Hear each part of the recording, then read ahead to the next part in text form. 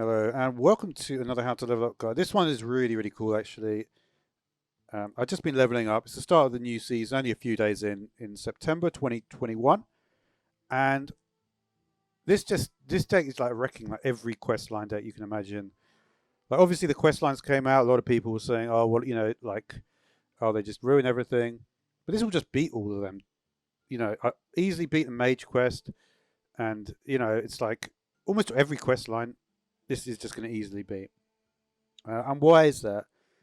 Well, I mean, it's hard to say. Obviously, it's got a lot of good low mana cost cards. A lot of decks that are doing well are sort of like aggro decks. It basically beats every quest deck apart from Druid. Druid is definitely stronger. It can still beat Druid, but you are more reliant on draw. The real reason it wins is because right at the turns when you're about to lose, normally against a questline deck, this card just absolutely is just wrecks everything for your opponent. And same with Watch Post. And it's just like a really good. You've got some lifesteal in there. This card, I mean, that's pretty good. Like for 2 mana, getting 4/4. Normally in the past, remember just putting out a 3/4 minion on turn 3 was good. Think how much better that is. You can put that out on 2, and then you've got like it won't even be out, and then only comes out on your turn. This effect at the start of your next turn. I think this is like the only card that does this, right? The only class anyway. Whether it's like a demon hunter specific like behavior or whatever. Really, really strong. Same with Sigil Alacrity. Can really make a big difference. Now, when you talk about what you want in your hand, this card is also key, right? Because think about like from your opponent's position, like do they want to kill this when they know that it is a demon hunter, so it's got the real. I mean, it's not like these are not like the like like the rubbish. To be fair, like demons that Warlock has, right? These are like really massive demons with really powerful effects. So it's like if you're in your opponent's position, it's difficult to say I'm going to kill this, and sometimes you don't even have because the thing is you don't have that many, obviously. So you sometimes like have to bluff this, but then even if you're bluffing it, it's like more difficult to like. I mean, it's like if they kill that and then this guy comes out, that's like terrible for them, right? Same with this. Same with this. Basically, if you've got anything, this they can probably make. Sometimes they can combo it, obviously, but not very often. But just because of how fast it all is, like people only really have cards just to deal damage. Do you know what I mean? So it's like it's really powerful. Another really powerful play is to use this. Say you've got one of your smaller minions out. It might be, especially like I was mentioning before with the summoning into Vile Call. If you've got that many minions out early game, there's a good chance there'll be one left.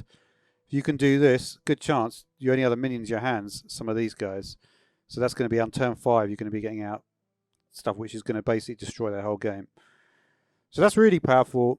And early game, of course, you've got True Aim Crescent. Remember, of course, it will always attack in terms of the minions, like the order that they were placed in, right? So that's also pretty useful. I don't like there's something weird about this though, that like sometimes even it will basically have a yellow border around the outside, just because it's outcast. It doesn't actually mean there's a demon in your hand.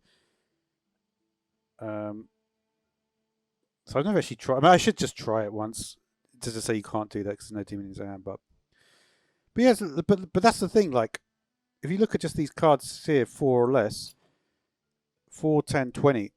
So basically, you always have something 4 or less. You always have an early game that is strong. One maker is a staple in many decks, right? At the moment, it's strong. Same with Firewatch Post. It's strong. It causes it bumps up your opponent's mana cost. And in fact, like even though this was introduced last expansion, you can tell because of the nature that like the meta, right? This is a staple now because of that, right? So, and it basically is basically making it go back. Like obviously they must have considered how that was going to work. They've actually been very, very like when I think about how they've actually done this meta, it's like this is probably one of the best Hearthstone releases ever. It says they must have done so much work to work out all the different like options and how it would go. Like, because I knew at the beginning when like Mage, like everyone was saying Mage is impossible to play against. You knew that but then I saw like what the actual win rate was. Kind of amazing, and they must have predicted that. They maybe didn't predict the Warlock one so much, but anyway, the point is, this is just an amazing deck. Like, if you want to level up fast, which is the whole point of this video, in standard mode at the moment, right now, use this deck. So, thanks for watching.